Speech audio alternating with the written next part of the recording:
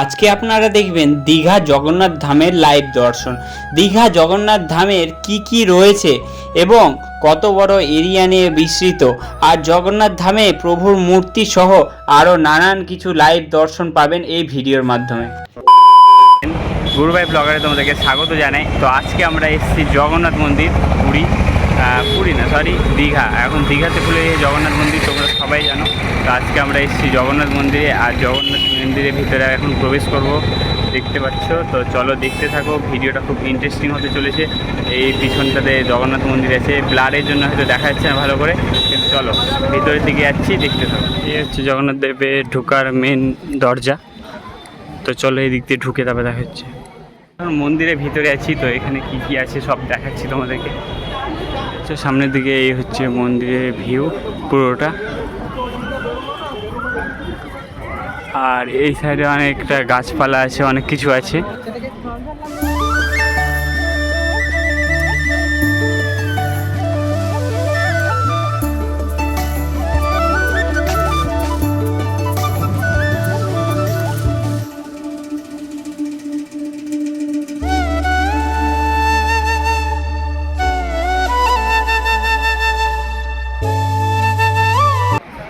এখানে একটা স্তম্ভ টাইপের রয়েছে।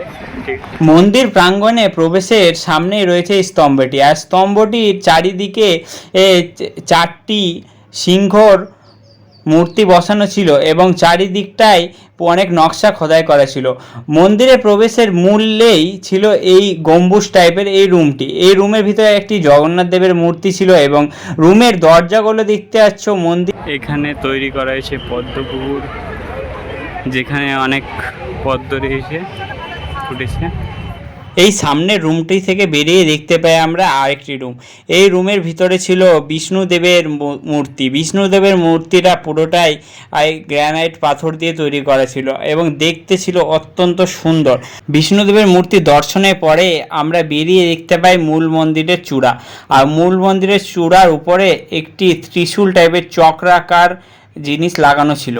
সামনে এটা দুটা মন্দির থেকে বেরোলাম, আর এখন এটা মূল মন্দির আছে, তো এখানে ঢুকবো।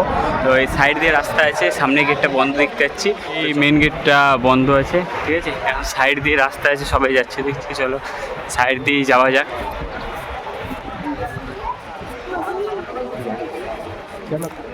পুরো কাজটা কিন্তু খুব সুন্দর নকশা করা আছে, অনেক ডিজাইন করা আছে সব জায়গায়। পুরো মন্দিরের গায়ে তোমরা দেখতে পাবে। আর এই দরজাটাও কিন্তু বন্ধ আছে, এটাও বন্ধ আছে। আর মূল মন্দির হলো এটা, দেখতে পাচ্ছ তোমরা মূল মন্দিরের চূড়া। কিন্তু সাইড দিয়ে যে সমস্ত দরজাগুলো আছে ওগুলো সব বন্ধ রয়েছে বর্তমানে।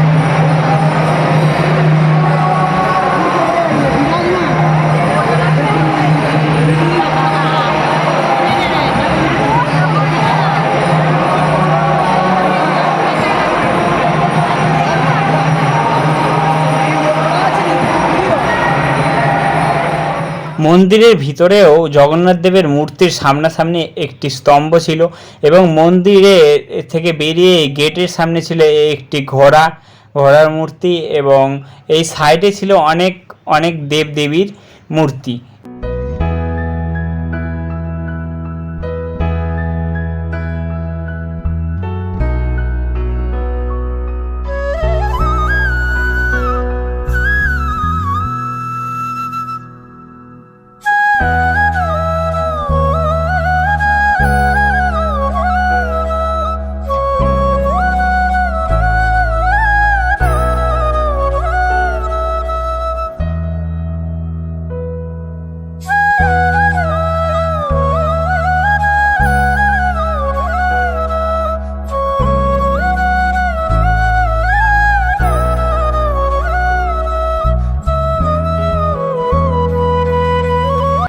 ওই সাইডটাতে জগন্নাথ দেবের রথগুলো রয়েছে, ঠিক আছে, যেটা এখনও পর্যন্ত তো হয়নি, এবার হয়তো রথে বেরোবে, 3টায় রথ রয়েছে, তো ওদিকে আর গেলাম না।